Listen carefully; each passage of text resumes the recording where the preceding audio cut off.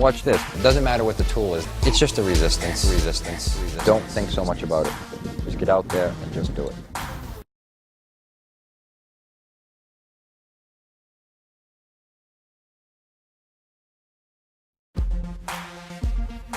Welcome to the Minute of Strength.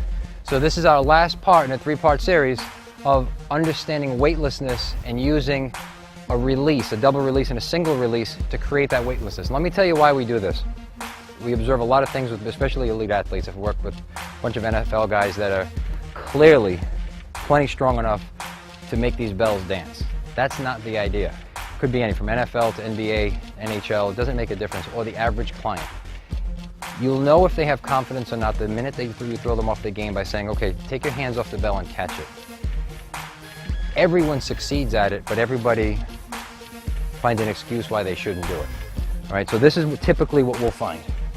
Say, okay, release that bell with one hand, and they grab it, and they want to make sure they don't drop it. You will drop it. You need to drop it to understand the concept and what is actually happening here. So the next step of this, you're creating weightlessness, you're releasing it, you're catching it. Now we're taking it to the top. These are called many different things. Open palm snatch. Some people call it an open palm clean. I usually call this an open palm clean. We're going to catch the bell in the top position by creating weightlessness. Lots of energy from my posterior chain, lots of energy coming from my lower body, and I'm completely relaxed up top, but I've got to have enough tension at the right moment to hold that bell in place. All right, I'm going to turn to the side so you guys can see this. So my wrist isn't bent back, the handle's facing away from me, and then on the way down, I throw it back, I catch, and come back up. Now, if that happens, you catch it here, press it out.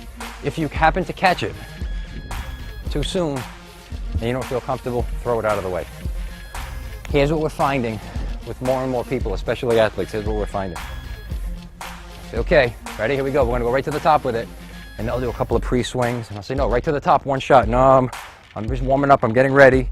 They're not confident to release this. And it's not about the weight. If they don't have the confidence to throw a 20-kilo bell over the head and catch it like this, it's probably going to transition to the sport or on the field or in real life. That means they have a lack of confidence throughout, right? It doesn't go away because you're in the gym.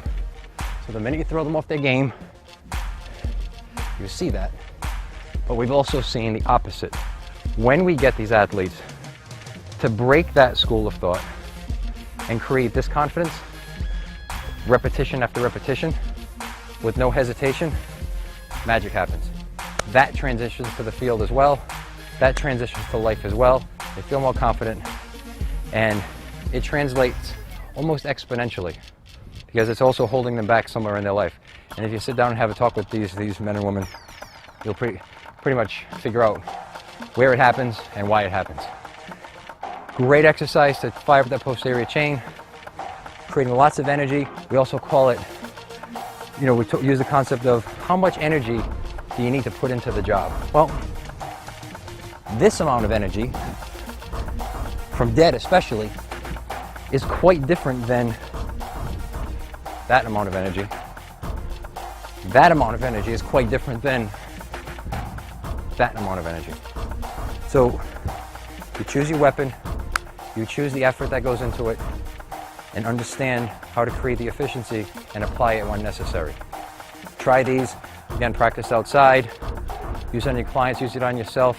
Kids love this exercise. No one's ever gotten hurt, but please keep it safe. You've got a chunk of steel over your head. Just be smart about it. If you feel like you're going to lose it, just toss it out of the way. All right, good luck with this. Email us with any questions.